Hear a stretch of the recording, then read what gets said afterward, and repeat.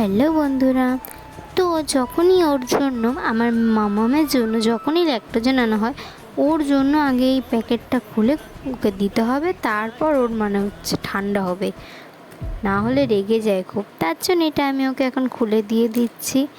ওকে এখন স্নান করিয়ে সবে নিয়ে আসলাম, তো এই যে এখন খুলে রেখে দিয়েছি। এবার আমি স্নানটা করে আসবো, যে স্নান করতে খুব লেট হয়ে গেল।